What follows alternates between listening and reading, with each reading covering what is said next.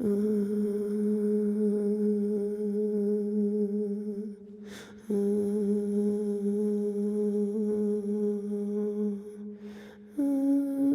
at me, men of my fatherland, setting out on the last road, looking into the last light of day, the last that I will ever see.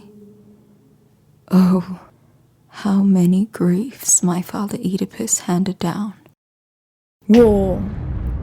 It had driven against our borders, launched by the warring claims of my brother Polynices, like an eagle, screaming, winging havoc over the land, a huge army massing, crested helmets bristling for assault.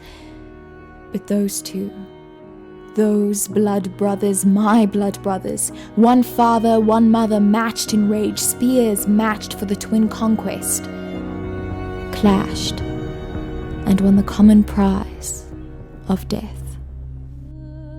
Creon, king of Thebes, my uncle, my to-be father-in-law, graced one with all the rights, disgraced the other.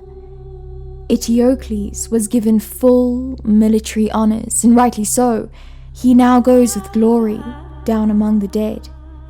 But the body of Polynices, who died miserably, why a city-wide proclamation forbade anyone to bury him, even mourn him. He was to be left unwept, unburied, a lovely treasure for birds that scan the field to feast to their heart's content. Whoever disobeyed in the least would die. But he is my brother. No one would convict me as a traitor. And so it was I who sprinkled the dry dust upon my brother's flesh as he deserved, and it was I who Creon so blindly threatened and cursed when he was told of what had been done. But it didn't stop there. He had the corpse stripped bare of the dust that had covered it, stripped bare of the rights Polynices deserved, and with shattering wails I repeated these rights. Only this time, I was caught. I don't deny it, didn't then. If I am to die before my time, I consider that a gain. But if I had allowed my own mother's son to rot, an unburied corpse, that would have been agony. I wouldn't let my dear sister Ismene share in the punishment either.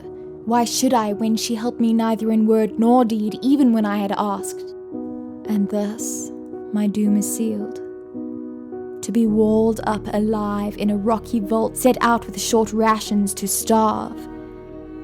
And once I had gone, Tiresias the blind prophet came to warn Creon of his wrongdoings, of his high resolve that set this plague on Thebes, told him that unless Polynices was properly buried and I was freed, few days would pass before he would surrender one of his own flesh and blood to pay for the spills of blood he had caused. Reluctantly, Creon did just this.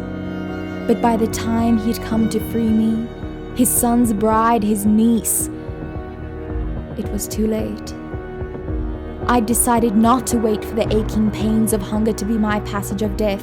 I'd taken my own passage, using my bride veil as a noose.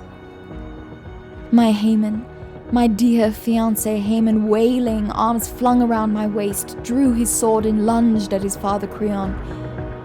He missed. He turned, and suddenly lent his full weight upon the blade, burying it in his own body. Once the queen, his mother, had heard, mother to the end, poor thing, she too took her life, stabbed herself at the altar. Wisdom is by far the greatest part of joy, and reverence towards the gods must be safeguarded. The mighty words of the proud are paid in full with mighty blows of fate, and at long last, these blows will teach us wisdom.